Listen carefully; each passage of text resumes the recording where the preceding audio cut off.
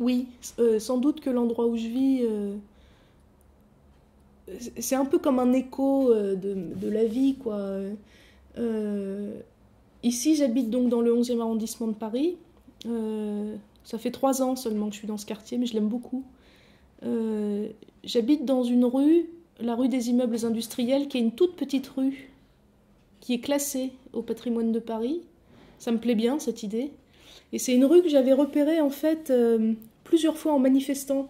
Parce que quand on manifeste à Paris, en fait, on fait République, Bastille, Nation. C'est le trajet quasi obligatoire.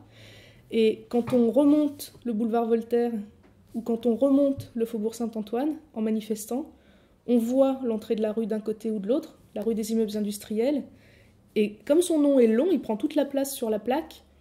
Et ben, je l'avais repéré quoi, en me disant mais c'est quoi, pourquoi des immeubles industriels et puis après, la vie a fait que un jour j'ai eu la possibilité de louer un appartement ici.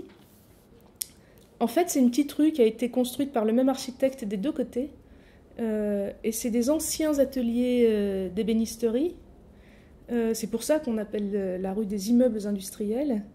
Et cette rue, en fait, a une histoire particulière parce que pendant la Seconde Guerre mondiale, il y avait beaucoup d'immigrés qui vivaient ici dans le quartier. Beaucoup de juifs, beaucoup d'arméniens, beaucoup d'italiens. Et ils avaient fondé en fait les FTP MOI, c'est-à-dire les francs-tireurs partisans main-d'œuvre immigrée.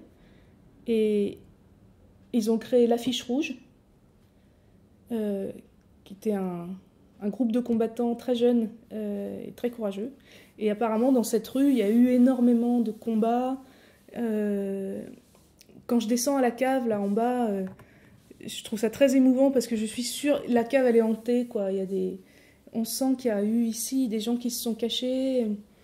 Il y a, on ne se sent pas tout seul, en fait, quand on est dans cette cave. C'est pas spécialement rassurant non plus, quoi. C'est un peu, c'est à la fois émouvant et un peu flippant.